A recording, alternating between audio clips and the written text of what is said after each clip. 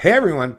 So in this video I'm going to be covering a topic that actually I've covered it quite extensively in many of my past videos, but I always have to recognize that actually it's a very, very small minority of people that have actually paid attention to my past videos, or I guess apparently that have even paid attention to people who understand inherently the importance of placing the individual higher than the greater good or the collective.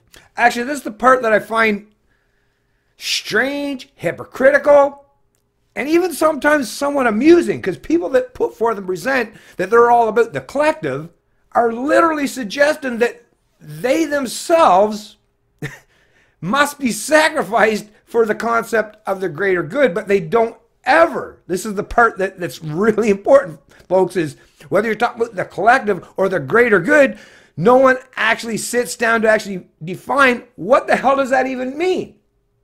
Because we're not all, we're not NPCs, right? Human beings, there's some people that are good, there's some people that are bad. Actually, there's some people that are good most of the time, and maybe bad a few times. There's some people that are bad more than they are good. And there's all kinds of, like, we're individuals, folks. So collectivism, once again, is the pretense that we're all, what? NPCs, and we should all sacrifice all the individuals for this greater good or the collective, which, well, what does the collective comprise of or entail? Well, actually, all individuals, right? That's the kind of snake oil salesman tactic that a slave owner in the past or an authoritarian dictator or some monarch would have used as the basis of why they should not only be your supreme authority and ruler, but why it's actually a good thing and benevolent for you to sacrifice for what they tell you is the greater good, or at least their concept of the greater good or their concept of the collective, right? So, like I say, to be someone that advocates for collectivism is you're not only advocating for other people's forced subjugation or slavery, but you're advocating it for yourself. Well, unless you think that you're that one dude at the top, right? That's putting forth and presenting these kind of collective narratives, because you don't, I'm pretty sure most of you out there, the ones who do promote collectivism, I'm pretty sure you don't actually want to sacrifice yourself to just anybody, right? And I've proven this already, because I saw this presented by Alex Van Ham on his page, and he said, well, I would die for my family. Well, yeah, sure. I might die for certain members of my family, or at least the ones that I deem worthy, right? But not everybody. There's a line there's going to be a line drawn somewhere. Like maybe my sons, right? Because, well, actually my own sons are great kids, so I, more than likely, under most circumstances or situation, I might be willing to sacrifice myself for them. But once again, that's a voluntary choice. That's not a forced imposition on the collective where I must do it as a pretense of that's the only way I'm moral or benevolent is to sacrifice myself for them. No, actually, they would recognize that actually, especially when they were very young, right? When the kids were really, really young, if I had to sacrifice myself for them, well, they would have lost it on their dad, right? So was the sacrifice really worth it? Well, I guess it would depend on what the hell I did as far as the sacrifice. So once again, this is the kind of topic that requires a whole lot more nuance and some genuine in-depth discussion. But like I say, collectivists, well, they don't like that, right? They don't actually even like discussing ideas. They just like to pretend that they're coming from a moral position or a moral stance. But once you challenge them on it, they realize real quickly, or, well, most of them, if they got a brain in their head, they'll realize that, actually, no, I'm wrong. And Bennett's right. Anyways, I'm going to be dealing with, like I say, this was not just the post that I'm referencing as far as talking about whether you die for your son or not, but this is in reference to an actual post that Alex had on his Facebook page. And this is by Nicholas J. Fuentes. I believe it's a tweet. And he's got the check mark. So there's someone that's, got a check mark on there. They must be someone that should be important. Right. Anyways, let's just read and see what this gentleman's putting forth. Collectivists and statists are meaningless scare words invented by libertarian hacks. They sling this crap around to delegitimize populism because they fear a cohesive body politic that effectively wields the state for the national interest. Like I say, let's just break this down. This is going to be fun, folks. So collectivists, it's got an actual defined term, right? Which is the sacrifice of the individual for the state or the collective.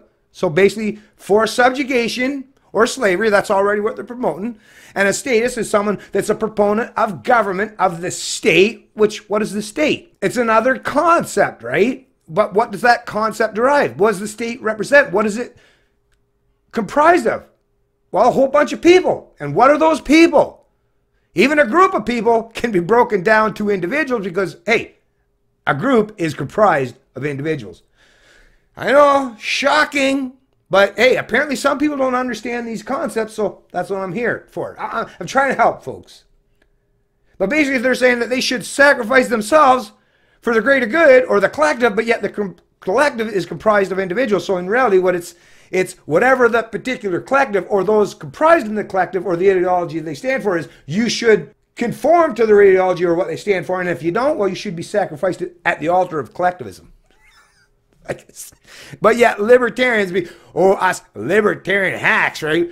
No, it has nothing to do with rejecting like family or people that you care about, or joining groups, or even joining tribes or organizations or communities. There's, like I said, for a libertarian, it just comes down to, is it a voluntary interaction? Am I an autonomous human being? A sovereign human being? Am I respected as such? Or am I just, once again, just another gear in the machine that who gives a shit what happens to it? We'll just replace it for another gear. Like I say, it's a matter of having self-esteem and self-respect as opposed to being someone that just, I guess you put your head down and say, oh, the only thing I'm worth is to be a sacrificial lamb or animal for someone else's concept of the greater good or the collective. Yeah, thanks, but no thanks. And no, libertarians don't deride or delegitimize populism. As a matter of fact, I talk about populism all the time. Go for it. Like I say, that's actually, populism is the people standing up against collectivists that want to impose their will on and mandates on the people for the concept of this greater good or the collective, right? That's, the statists are literally the ones that are propagating the concept of forced subjugation and slavery. Libertarians are saying, no, nobody should be slaves or subjects of some ruling class or greater concept of the collective. Yet this person is suggesting that libertarians are somehow trying to delegitimize populism. Not at all. Like I say, what it is these people don't, what this is telling me here is this Nicholas Fuentes just doesn't genuinely understand what the philosophy of liberty entails or what it even means to be a free human being. That's a sad reality, and a blatant self-admission of that fact on behalf of this Nicholas character. But hey, I'm trying to help them. I'm trying to help Nicholas here. Maybe he'll see my video and learn a few things. And then he continues on. The nature of man is tribal and social, therefore collectivist. Well, once again, yes, we can be tribal by our inherent nature, right? Just like if you go back far enough, on a human evolutionary scale, we were all just mostly mindless beasts, just like everything else in the animal kingdom, right? Where it was just the survival of the fittest. Might makes right. Is that what Nicholas is suggesting? Because, matter of fact, if he is, hey, let's throw all the ideologies out the window, and I'm more than willing to go on that. If you want to go with the might makes right, I'm comfortable with that. But yet, we're not supposed to be just mindless beasts, are we? Now, that's the beautiful thing about the human experience, is that we try to separate ourselves from the rest of the animal kingdom. We try to hold ourselves a little bit higher than just mindless beasts, right? But basically this person's saying, no, we should go back to being just mindless Neanderthals. And that's the best basis for us to go forward. That's a good strategy. Well, yeah, like I said, maybe hundreds of thousands of years ago, might have been a decent strategy, but even then when you're talking about these collectives or tribes, it wasn't for something they called the state, you fucking dipshit. Holy fuck. They at least would have recognized they would only sacrifice themselves for people that they thought was worthy of their sacrifice, which would have meant their immediate family or their extended family, or at least people that they deemed worthy. Once again, no offer of nuance there, right? I'm offering it. Nicholas isn't. The nature of man is hierarchical and requiring authority, therefore status. Actually, hey, newsflash, Nicholas. Guess what? Humans used for most of human history, long before there was the state, as their moral guidance. Well, especially, post that Neanderthal period that you seem to love so much, right? Post that, it was actually religious institution. So it wasn't the state, it was God. It wasn't government, it was God, where most people got their moral authorities from. So once again, no, it's not therefore statist. Once again, complete abstract failure here, and there's still 2 subsequent tweets that I haven't even referenced yet. Libertarians and Marxists are 2 sides of the same coin, both blinded by ideology. No, because Marxists, the ideology of Marxism is all about putting forth positive rights. I have a right to this, a right to that. I have a right to free this, free healthcare, free, or taking over the controls or mechanisms of power. No, once again, those are positive actions. Libertarians are all about negative aspects of inherent rights and freedom. So Marxists suggest what you should do. Libertarians are saying what you shouldn't do. And the things that libertarians suggest that you shouldn't do are universally consistent, not just morally and ethically, but even in terms of law and justice or philosophy. No ideology involved. When they talk about individualism, they paint a picture of the frontiersman or the homesteader. In practice, it means you're isolated, atomized, and your relative power in society is reduced to 1 over 1,000,000. You can choose what brand of shampoo you'll purchase. Okay, let's start out. When they talk about individualism, they paint a picture of the frontiersman or the homesteader. No, individualism is just the respect and acknowledgement that as a human species, we're all individuals. Well, I mean, except for co-joined twins, but even then, how many humans out there, even co-joined twins, how many of them actually have 2 separate brains for one body? There is none, right? No, it's still one brain. So we all, what it is we all recognize that we are autonomous, sovereign individuals. But that is not anything near what this person suggests is like, oh, we're alone and isolated. Hey, I'm an individual. My wife's an individual. Both of my sons are individuals. My parents are individuals. My grandparents are individuals, but we're all part of a family. But I, even then, and none of my family members would expect me to sacrifice myself for just anybody. No, they all understand and respect the fact that we're all individuals.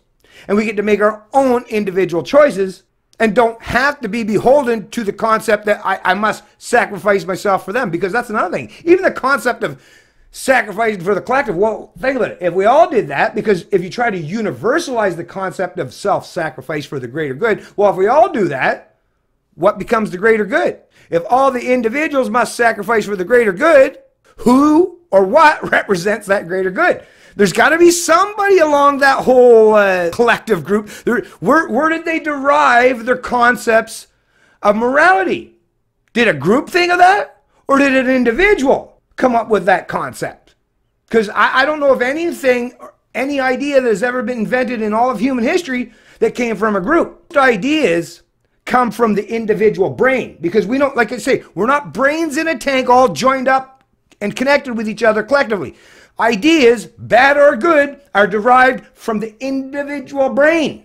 So even in a society comprised of millions of people, not just 1,000,000, to have any semblance of freedom is to respect each and every individual within that group. Now, if we were all robots and all thought the same way, right?